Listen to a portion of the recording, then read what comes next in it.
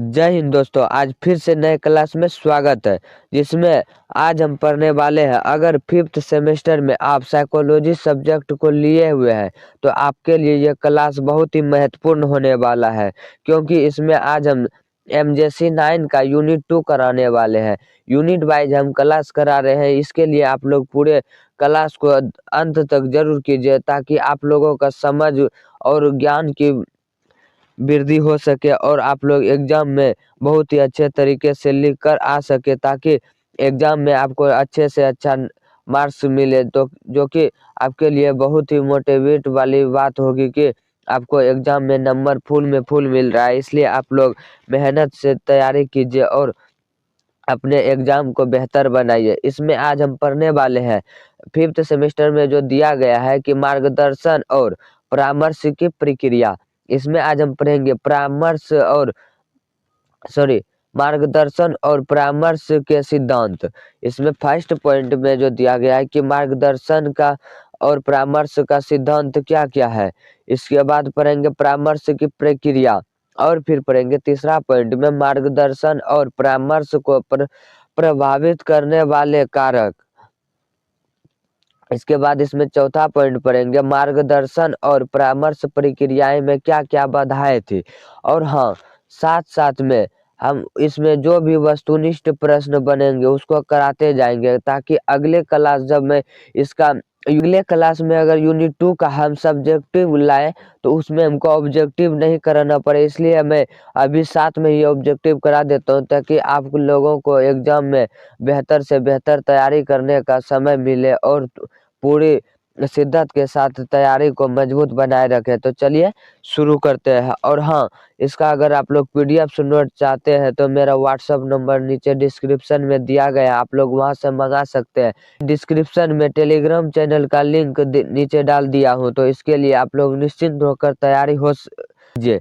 अगर आप लोग को मेरे से कोई भी प्रश्न पूछना है तो कमेंट आपके लिए हमेशा खुला रहता है, आप लोग जो भी सवाल हो हमसे डायरेक्ट पूछ सकते हैं।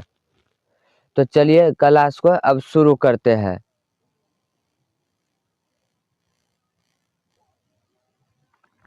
इसमें पहला पॉइंट में मार्गदर्शन और परामर्श के सिद्धांत। तो मार्गदर्शन के सिद्धांत क्या है और परामर्श के सिद्धांत क्या है। मार्गदर्शन और परामर्श कुछ बुनियादी सिद्धांतों पर आधारित होते हैं। मार्गदर्शन जो है और परामर्श वो कुछ बुनियादी सिद्धांतों पर आधारित होते हैं, ताकि व्यक्ति का सर्वांगीण विकास हो सके, ताकि व्यक्ति का जो है वह सर्वांगीण विकास हो सके। इसमें पहला है सर्वांगीण विकास का सिद्धांत। यह केवल शैक्षिक या व्यावसायिक समस्याओं तक सीमित नहीं है, बल्कि व्यक्ति के शारीरिक, मानसिक, भावनात्मक और सामाजिक विकास पर जोर देता है। ये जो है सर्वांगीण विकास, ये केवल शैक्षणिक या व्यावसायिक समस्याओं तक सीमित नहीं है, बल्कि व्यक्तियों के शारीरिक, जो भी शारीरिक में परेशानी होता है, या मानसिक परेशानी, या भावनात्मक परेशानी, या सामाजिक विकास पर भी जोर देता है। जो भी परेशानी होता है उस पर ही ये जोर देता है, सर्वांगीण विकास।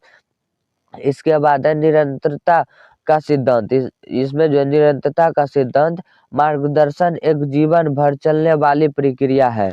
मार्गदर्शन जो है वो जीवन भर, आजीवन तक चलने वाली प्रक्रिया है, और जो जन्म से मृत्यु तक किसी न किसी रूप में चलती रहती है। जो कि निरंतरता जो है वह निरंतरता का मार्गदर्शन जन्म से लेकर मृत्यु तक किसी न किसी रूप में चलती रहती है। इसके बाद है व्यक्तिगत भिन्नता का सिद्धांत। प्रत्येक व्यक्ति अद्वितीय है। परामर्शदाता को यह ध्यान रखना चाहिए कि हर व्यक्ति की क्षमताओं और जरूरतें अलग अलग होती है। तो व्यक्तिगत भिन्नता का सिद्धांत जो कहता है वो प्रत्येक व्यक्ति अद्वितीय है, प्रत्येक जो व्यक्ति है वो अद्वितीय है। उसके बाद परामर्शदाता को यह ध्यान रखना चाहिए कि हर व्यक्ति क्षमताएं और जरूरतें अलग अलग होती है। किसी व्यक्ति को अधिक क्षमताएं होती है तो किसी की मानसिक जो क्षमता होती है वह कम होती है। इसके बाद पॉइंट है आत्म विकास का सिद्धांत। आत्म विकास का सिद्धांत, इसका मुख्य उद्देश्य व्यक्ति को इस योग्य बनाना है कि वह भविष्य में अपने निर्णय स्वयं ले सके। जो आत्म विकास का मेन मोटिव है वो है कि उसको इस तरह से प्रेरित कर दिया जाए कि वह अपने भविष्य में अपना कोई भी निर्णय लेने के लिए दूसरे के भरोसे बैठना ना पड़े, इसलिए वो आत्म विकास कहलाता है। इसके बाद है गोपनीयता का सिद्धांत। परामर्श के दौरान दी गई जानकारी को पूरी तरह गुप्त रखा जाना चाहिए। जो गोपनीयता का सिद्धांत कहता है वह परामर्श, आप जो भी परामर्श या काउंसलिंग जिसे कहते हैं, अगर किसी से पर्सनल काउंसलिंग लिए तो उसकी जानकारी को पूरी गुप्त रखना ही आपके विश्वास को बनाए रखना इसका काम होता है। इसके बाद इसमें दूसरा पॉइंट जो है परामर्श की प्रक्रिया। तो परामर्श की प्रक्रिया व्यवस्थित चरणों में पूरी होती है। सामान्यतः इसके 5 प्रमुख चरण होते हैं। परामर्श की प्रक्रिया के 5 प्रमुख चरण होते हैं। तो चरण संबंध स्थापना, परामर्शदाता और परामर्शग्राही के बीच विश्वास का रिश्ता बनाना। संबंध स्थापना जो होता है वह परामर्शदाता और परामर्शग्राही के बीच विश्वास का रिश्ता बनाना, यह होता है फर्स्ट पॉइंट। इसके बाद इसमें दूसरा पॉइंट में है समस्या का आकलन। समस्या का आकलन व्यक्ति की समस्या को गहराई से समझना और डेटा जैसे इंटरव्यू या टेस्ट इकट्ठा करना, यह होता है समस्या का आकलन। अगर आपको कोई समस्या है तो उसका डेटा को एकत्र किया जाता है और उसके गहराई को समझकर उनके हल निकाला जाता है, यह होता है समस्या का आकलन। इसके बाद है लक्ष्य निर्धारण। लक्ष्य निर्धारण में समस्या के समाधान के लिए छोटे और बड़े लक्ष्य तय करना। अगर कोई ज्यादा बड़ा समस्या है तो उसके हिसाब से छोटे छोटे भागों में बनाकर उनकी समस्या को दूर करना, यह होता है लक्ष्य निर्धारण। और फिर है हस्तक्षेप या परामर्श तकनीकी। तो तय की गई लक्ष्यों को प्राप्त करने के लिए विभिन्न मनोवैज्ञानिक विधियों का उपयोग करना। जो भी आप लोग हस्तक्षेप या परामर्श तकनीकों को अपनाना चाहता है वह तय किए गए लक्ष्यों को प्राप्त करने के लिए विभिन्न मनोवैज्ञानिक विधियों का उपयोग करना, यह होता है हस्तक्षेप का प्रयोग। इसके बाद है समापन और अनुवर्ती कार्यवाही।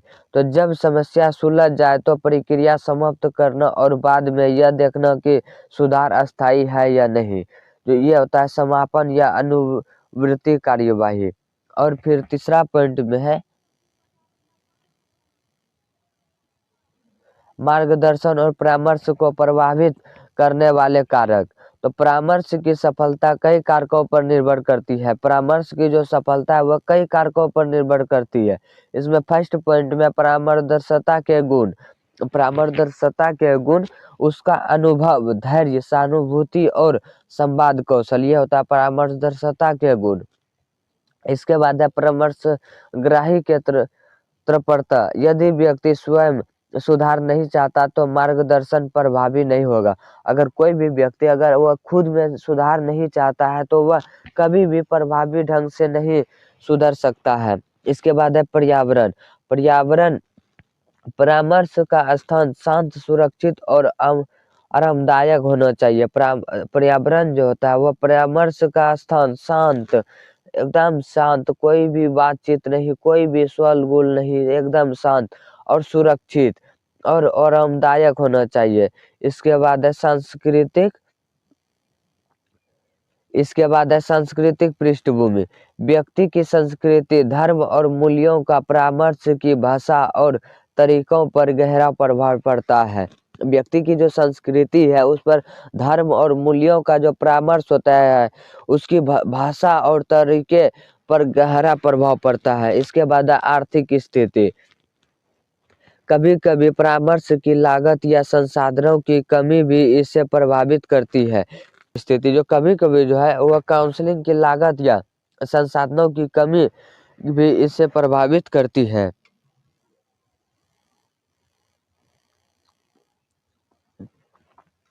इसके बाद चलिए चौथा पॉइंट देखते हैं, मार्गदर्शन और परामर्श प्रक्रिया में बाधाएं। तो प्रक्रियाएं के दौरान आने वाली मुख्य रुकावटें निम्नलिखित है। इसमें डाटा वाइज हम बना दिए है, इसके लिए आप लोग समझने में बहुत ही महत्वपूर्ण साबित हो सके। इसके लिए आप लोग सब्सक्राइब जरूर करें और क्लास को लाइक जरूर करें, जो कि मैं आपको जितना कंटेंट दूँ तो आप लोग निश्चिंत होकर तैयारी कीजिए।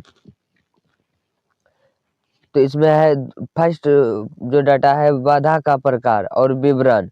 तो मनोवैज्ञानिक बाधा का विवरण है कि व्यक्ति के मन में डर, झिझक या परामर्शदर्शिता के प्रति अविश्वास, यह होता है मनोवैज्ञानिक बाधा। इसके बाद है भाषाई बाधा, जो यदि दोनों की भाषा अलग अलग हो या शब्दावली बहुत कठिन हो। इसके बाद है पूर्वाग्रह बाधा। पूर्वाग्रह जो है, पूर्वाग्रह परामर्शदर्शिता या छात्र का एक दूसरे के प्रति पहले से कोई राय बना लेना। इसके बाद है संसाधनों की कमी, उचित प्रशिक्षण टूल्स, शांत या कमरे या समय का अभाव। और फिर है सामाजिक कलंक, समाज में यह सोचना कि परामर्श केवल मानसिक रोगियों के लिए है एक बड़ी बाधा है। इसका निष्कर्ष निकल के आता है कि मार्गदर्शन और परामर्श केवल सलाह देना नहीं, बल्कि व्यक्ति को अपनी क्षमताएं पहचानने में मदद करना है। जो मार्गदर्शन और परामर्श केवल सलाह नहीं है, ये जो परामर्श और मार्गदर्शन वो सलाह नहीं है, बल्कि व्यक्ति को अपनी क्षमताओं पहचानने में भी मदद करना होता है। तो चलिए अब देखते हैं इनसे जो भी वस्तुनिष्ठ प्रश्न बनेंगे। तो इसमें पहला प्रश्न है, मार्गदर्शन का प्रमुख सिद्धांत कौन सा है? ऑप्शन ए, यह केवल कठिन समय में दिया जाता है। ऑप्शन बी, यह एक नियंत्रण चलने वाली प्रक्रिया है। ऑप्शन सी, यह केवल छात्रों के लिए सीमित है। ऑप्शन डी, यह परामर्शदाता के विचारों को थोपने की प्रक्रिया है। तो इसका सही आंसर होगा ऑप्शन बी, यह एक निरंतर चलने वाली प्रक्रिया है। इसके बाद है दूसरा क्वेश्चन में परामर्श का आधारभूत सिद्धांत क्या है? ऑप्शन ए, गोपनीयता को बनाए रखना। ऑप्शन बी, व्यक्ति की गरिमा का सम्मान करना। ऑप्शन सी, लोकतांत्रिक आदेशों का पालन करना। ऑप्शन डी, उपयुक्त सभी। तो इसका सही आंसर होगा ऑप्शन डी, उपयुक्त सभी। डी ऑप्शन सही होगा।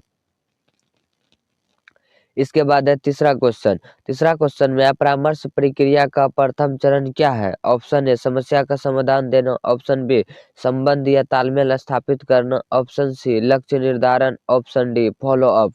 तो इसका सही आंसर होगा ऑप्शन बी, संबंध या तालमेल स्थापित करना। इसके बाद है चौथा क्वेश्चन में है गैर निर्देशात्मक परामर्श के प्रतिपादक कौन है? गैर निर्देशात्मक परामर्श के प्रतिपादक कौन है? Option A, E G. Williamson. Option B, Carl Rogers. Option C, F C. Thorne. Option D, Sigmund Freud. तो इसका सही आंसर होगा ऑप्शन बी, कार्ल रोजर्स। तो इसके बाद है पांचवा क्वेश्चन में है परामर्श की समाप्ति कब होनी चाहिए? ऑप्शन ए, जब परामर्शदाता थक जाए। ऑप्शन बी, जब निर्धारित समय सीमा समाप्त हो जाए। ऑप्शन सी, जब परामर्शग्राही अपनी समस्याओं को समझने और हल करने में सक्षम हो जाए। ऑप्शन डी, जब परामर्शदाता को कोई अन्य काम मिल जाए। इसका सही आंसर होगा ऑप्शन सी, जब परामर्शग्राही अपनी समस्याओं को समझने और हल करने में सक्षम हो जाए। इसका सी ऑप्शन सही होगा। इसके बाद चलिए छठा क्वेश्चन देखते हैं। छठा क्वेश्चन में परामर्श प्रक्रिया को प्रभावित करने वाला सबसे महत्वपूर्ण मनोवैज्ञानिक कारक कौन है? ऑप्शन ए, परामर्शदाता का वेतन। ऑप्शन बी, परामर्शग्राही की वृद्धि और योग्यता। ऑप्शन सी, कमरे की सजावट। ऑप्शन डी, परामर्शदाता की आयु। तो इसका सही आंसर होगा ऑप्शन बी, परामर्शग्राही की बुद्धि और योग्यता। इसके बाद है सातवां क्वेश्चन, सांस्कृतिक पृष्ठभूमि मार्गदर्शन को कैसे प्रभावित करती है? ऑप्शन ए, यह भाषा और मूल्यों के माध्यम से बाधा या सहायक बन सकती है। ऑप्शन बी, यह मार्गदर्शन में कोई भूमिका नहीं निभाती। ऑप्शन सी, यह केवल ग्रामीण क्षेत्रों में प्रभावित होती है। ऑप्शन डी, यह केवल धार्मिक मार्गदर्शन में महत्वपूर्ण है। तो इसका सही आंसर होगा ऑप्शन ए, यह भाषा और मूल्यों के माध्यम से बाधा या सहायक बन सकती है। इसके बाद है आठवां क्वेश्चन में है परामर्श के दौरान शारीरिक बाधा का उदाहरण क्या है? ऑप्शन ए, परामर्शदाता का गुस्सा। ऑप्शन बी, परामर्श कक्ष में बहुत अधिक शोर होना। ऑप्शन सी, भाषा का ज्ञान न होना। ऑप्शन डी, सांस्कृतिक मतभेद। तो इसका सही आंसर होगा ऑप्शन बी, परामर्श कक्ष में बहुत अधिक शोर होना। इसके बाद चलिए नौवां क्वेश्चन देखते हैं। परामर्शदर्शिता का पूर्वाग्रह किस प्रकार की बाधा है? ऑप्शन ए भौतिक बाधा, ऑप्शन बी मनोवैज्ञानिक बाधा, ऑप्शन सी सामाजिक बाधा, ऑप्शन डी आर्थिक बाधा। तो इसका सही आंसर होगा ऑप्शन बी मनोवैज्ञानिक बाधा।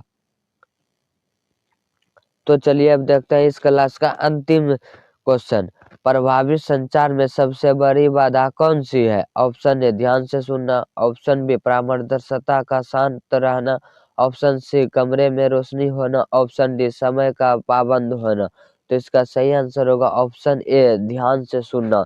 ये आई होप आप लोगों को क्लास पसंद आया होगा। अगर पसंद आया है तो क्लास को एक लाइक जरूर करें और अपने दोस्तों के साथ शेयर जरूर करें, ताकि उनका भी तैयारी बेहतर हो सके और साथ साथ में आपका भी तैयारी बेहतर हो सके। अगर आप लोग इसका पीडीएफ नोट चाहते हैं तो मेरा व्हाट्सएप नंबर नीचे डिस्क्रिप्शन में दिया गया है, आप लोग वहां से मंगा सकते हैं या फिर टेलीग्राम पर उपलब्ध करा देंगे तो वहां भी डाउनलोड कर सकते हैं। तब तक के लिए जय हिंद, मिलते हैं अगले क्लास में।